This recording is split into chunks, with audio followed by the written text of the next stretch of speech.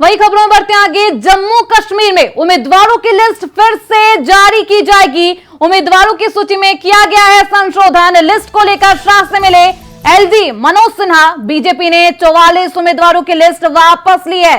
BJP ने सुबह 10 बजे लिस्ट जारी की थी, जिसके बाद लिस्ट को वापस लिया गया और फिर से नई लिस्ट जारी की गई है। तो ये जम्मू कश्मीर चुनावी राज्य से एक अहम जानकारी सामने आ रही है।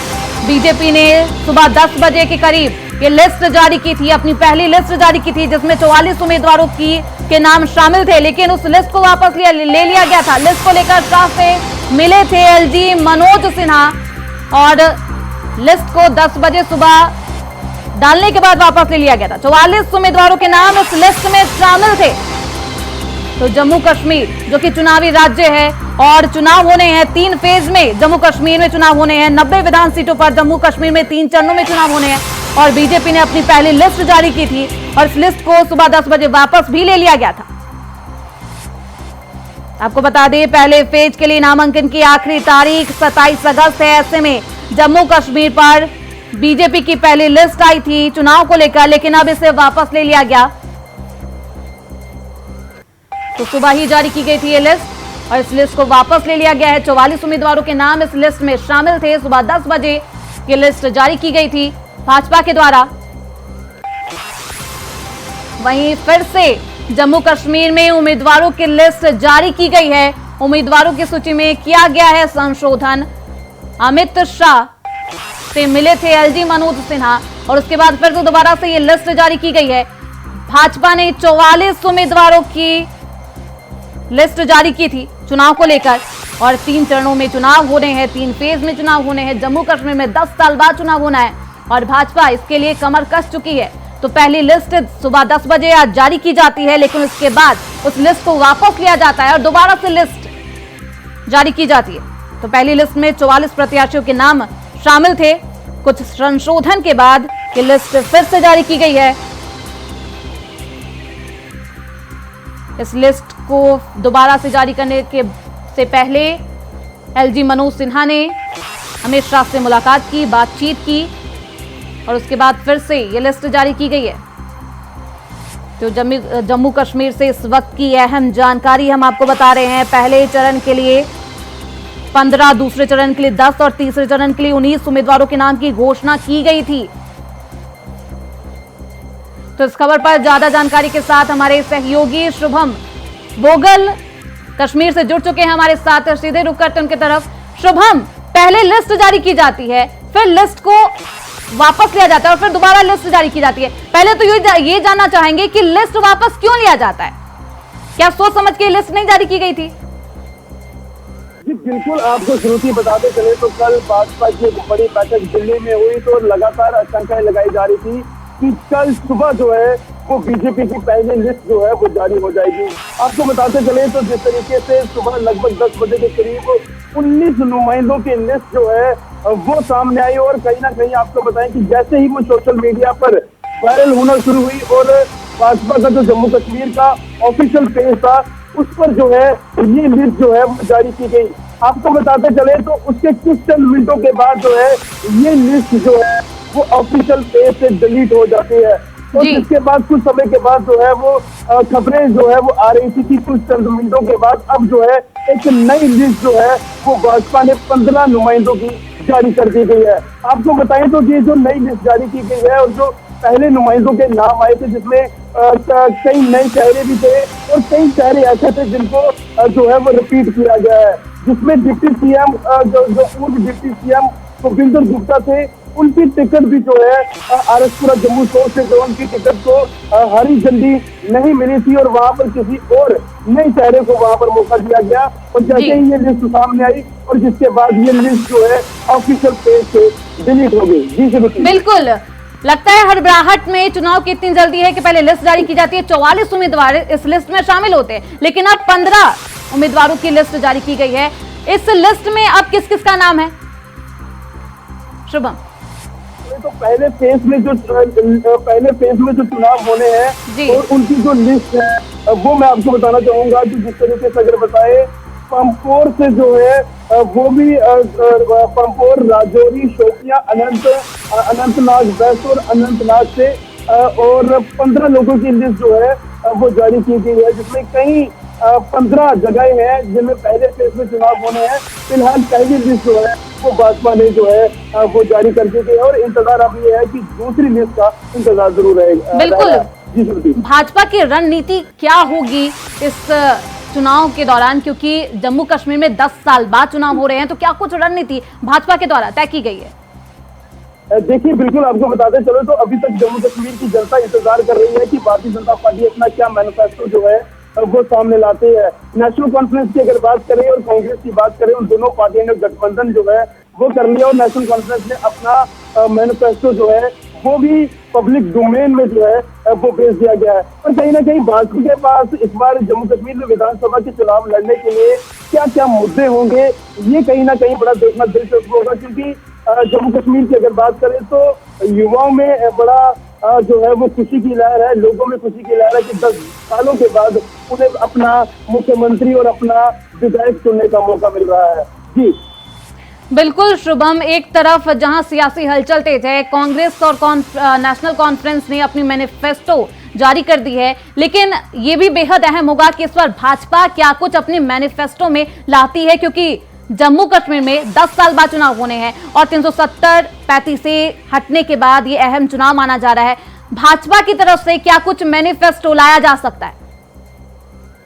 अगर जम्मू कश्मीर की अगर बात करें तो भी कुछ दिन पहले ही जो है वो जो यहाँ पर बेस्ट पाकिस्तानी रिफ्यूजी के लोग हैं उनको भी उनकी जमीन का मालिकाना हक जो है वो दिया गया। पर सोची जो खबर दे रहे हैं कि जितने भी बेस्ट फोर्स के लोग हैं, तो भाजपा जो है उनको पेंशन की जो स्कीम है वो भी जो है वो दे सकती है। तो इससे हम ये कह सकते हैं कि जिस तरीके से प्रधानमंत्री नरेंद्र मोदी जी जो है वो जम्मू कश्मीर को लेकर अपने ब्रह्मास्त्र का इस्तेमाल जरूर करेंगे, क्योंकि जिस तरीके की चुनावों की घोषणा हो चुकी है, वक्त की जो है वो काफी कमी है और ब्रह्मास्त्र की अगर हम बात करें तो प्रधानमंत्री जी को इस बार ब्रह्मास्त्र की बहुत जरूरत है कि तो ब्रह्मास्त्र चलाएं और जनता जो है उनको सपोर्ट जरूर करे। बहुत शुक्रिया शुभम आपका इन तमाम जानकारियों के लिए।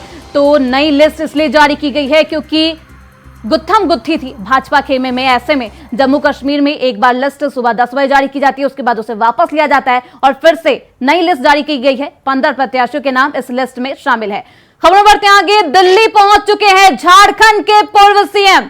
बीजेपी नेताओं से मिल सकते हैं चंपाई सोरेन। इस वक्त की अहम जानकारी सामने आ रही है। दिल्ली की सियासत और झारखंड की सियासत दोनों ही तेज हो गई है, क्योंकि चंपाई सोरेन दिल्ली पहुंच चुके हैं और भाजपा नेताओं से आज अहम मुलाकात हो सकती है।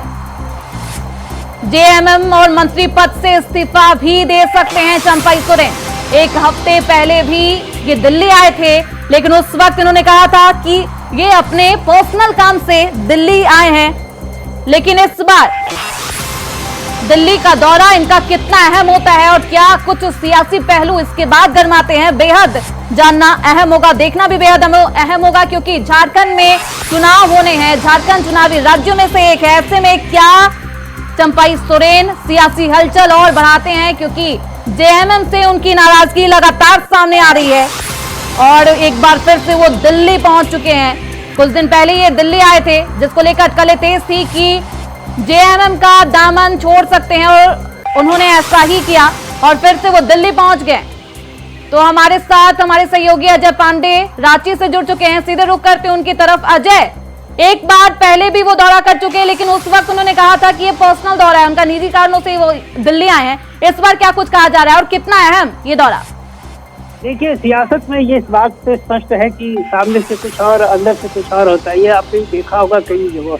लेकिन जिस प्रकार से चंपाई सोरेन ने लगातार लगभग 10 दिनों से जो झारखंड मुक्ति मोर्चा से जो दूरी बनाई है वो अब तक बरकरार है। उन्होंने अपनी जो भी सियासत के पहलुओं में अभी तक रुख अपनी स्पष्ट तो नहीं किया है, लेकिन सियासत की गलियारों में जो चर्चा है कि वो जल्द ही बीजेपी का दामन थाम सकते हैं।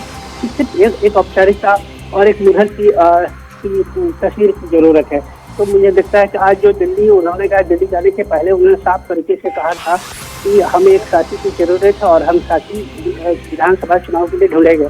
जिस प्रकार से वो पिछली बार दिल्ली से लौटने के बाद लगातार कोहलान के क्षेत्रों में चुनावी दौरा, यानी आप समझ सकते हैं अपने समर्थकों के साथ वो मिलना जुलना और जनसभा को संबोधित करते हैं। जिस तरीके से बात तो साफ है कि उन्होंने झारखंड मुक्ति मोर्चा से पट्टा तो नहीं खोला है, लेकिन अपनी झारखंड मुक्ति मोर्चा से बिल्कुल चुनाव से पहले पट्टा तो खोलते हुए नजर नहीं आ रहे। जी जी, लेकिन अभी तक सबसे बड़ी बात यह है कि इस पर ना ही झारखंड मुक्ति मोर्चा की कोई टिप्पणी आ रही है, ना ही राज्य के मुखिया जो हेमंत सोरेन है वो इस पर किसी भी बात को लेकर टिप्पणी कर रहे हैं, और न ही चंपा ईश्वरन अपने पद से इस्तीफा दे रहे हैं पार्टी से। ये सबसे बड़ी पहेली है सियासत के झारखंड के विधानसभा चुनाव के पहले। लेकिन ये बात स्पष्ट है कि अब कुछ ही समय बचा हुआ है, क्योंकि दिल्ली पहुंच चुके हैं और जो चीजें पिछले दिनों देखा जा चुका था, लगातार जनसभा में जो जिस प्रकार से कोहलान के क्षेत्रों में अपनी जनसभा को जन समर्थन जुटाने में कोशिश में जुटे चंपा सोरेन, निश्चित रूप से मुझे लगता है कि दिल्ली पहुंचने के बाद एक बड़ी खबर बिल्कुल हेमंत सोरेन भी चंपा सोरेन से बेहद दूरी बनाते हुए दिखाई दे रहे हैं, और उनकी इन सब हरकतों के बावजूद वो कुछ भी नहीं कह रहे, कोई प्रतिक्रिया नहीं दे रहे। इसका क्या समझा जाए कि वो उन्होंने दरकिनार पहले से ही चंपा सोरेन को कर दिया, या फिर मनाने का ये दौर जारी है कि वो किसी तरीके से चंपा सोरेन को मना ले, उसके बाद कोई बयान दे? देखिए, सबसे बड़ी बात यह है कि चंपा सोरेन जो है झारखंड मुक्ति मोर्चा के फाउंडर मेंबर रहे हैं और लगातार अपनी सियासत, सबसे बड़ी लंबा सियासत जो है झारखंड मुक्ति मोर्चा पे किया है और लंबी और लकीर खींची है जिस प्रकार से, तो वो नहीं जानते कि झारखंड मुक्ति में एक बड़े लीडर्स हैं। निश्चित रूप से झारखंड मुक्ति मोर्चा ये नहीं चाहता है कि चंपा सोरेन हमसे दूरी बनाए और आने वाले विधानसभा में वो हमसे दूरी रहें, तो निश्चित रूप से इसका बड़ा प्रभाव झारखंड मुक्ति मोर्चा में पड़ सकता है। ऐसे में झारखंड मुक्ति मोर्चा या फिर राज्य के मुखिया जो हेमंत सोरेन है वो किसी प्रकार से कोई कदम नहीं उठाना चाहते या जोखिम नहीं उठाना चाहते हैं कि इसके लेकर के वो चंपा सोरेन पर किसी भी टिप्पणी या किसी चीजों पर नहीं करे। लेकिन दूसरी सबसे बड़ी बात है कि चंपा सोरेन इस्तीफा लगातार वो अपनी पार्टी को लेकर के दूरी बनाए हुए हैं और उनसे संपर्क टूटा हुआ है, तो ऐसे में उनकी जो है पद पे जो बने हुए हैं, मंत्री पद पे हैं, तो वो इस्तीफा क्यों नहीं दे रहे हैं, तो वो अपनी पार्टी से इस्तीफा क्यों नहीं दे रहे हैं? बिल्कुल अजय, सस्पेंस है। तो लेकिन मुझे लगता है कि जहाँ हरी झंडी, अगर मुझे लगता है कि जिस साथी की ढूंढने की खोज में निकले हुए व्यक्ति, और मुझे लगता है कि जल्द उनकी साथी मिल जाने के बाद सारी सत्ता सामने खोल सकते हैं। बिल्कुल अजय, जब पहली बार दौरे पर आए थे, दिल्ली आए थे, तो उन्होंने पार्टी बना लिया, पार्टी बनाने का ऐलान कर दिया। इस बार दिल्ली आ रहे हैं तो वो कहते हैं, चंपा सोरेन की तरफ से बयान भी सामने आता है कि जो भी कदम उठाऊंगा, ठोस कदम उठाऊंगा। किस तरह का कदम उठाएंगे अब चंपा सोरेन? देखिए, एक बात तो आपने देखा होगा कि असम के मुख्यमंत्री हेमंत विश्व शर्मा ने साफ तरीके से कहा है कि चंपा सोरेन जो है बड़ी लीडर हैं और अगर वो बीजेपी में आना चाहते हैं तो मुझे उनसे ताकत मिलेगी। तो निश्चित रूप से इस बात को संकेत समझना पड़ेगा कि आखिर हेमंत विश्व शर्मा क्यों कह रहे हैं कि चंपा सोरेन अगर बीजेपी में आते हैं तो ताकत मिलेगी। तो निश्चित रूप से अंदर जो सियासत के अंदर में जो खिचड़ी जो पक रही होगी वो सामने शिविर नहीं आ रही है, लेकिन मुझे लगता है कि बहुत जल्द ही ये सामने तस्वीर लोगों के बीच में आ सकती है। बिल्कुल, चुनाव से पहले सब कुछ क्लियर होगा कि आखिरकार झारखंड के सियासत में क्या कुछ चल रहा है। लेकिन एक और सवाल ये भी बनता है कि जब इतनी नाराजगी है तो जेएमएम और मंत्री पद से इस्तीफा क्यों नहीं दे रहे चंपा सोरेन? ये भी एक सवाल।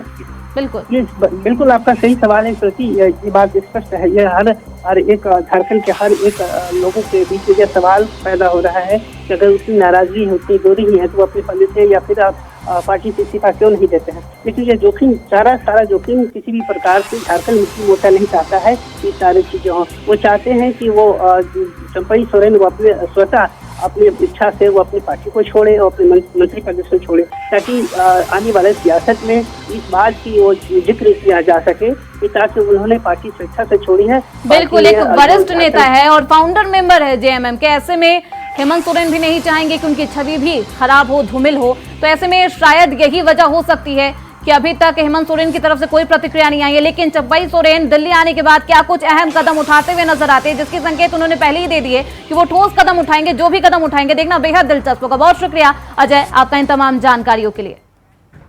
वहीं रायबरेली से इस वक्त की बड़ी खबर सामने आ रही है। फर्जी जन प्रमाण पत्र मामले में एक और कार्रवाई की गई है।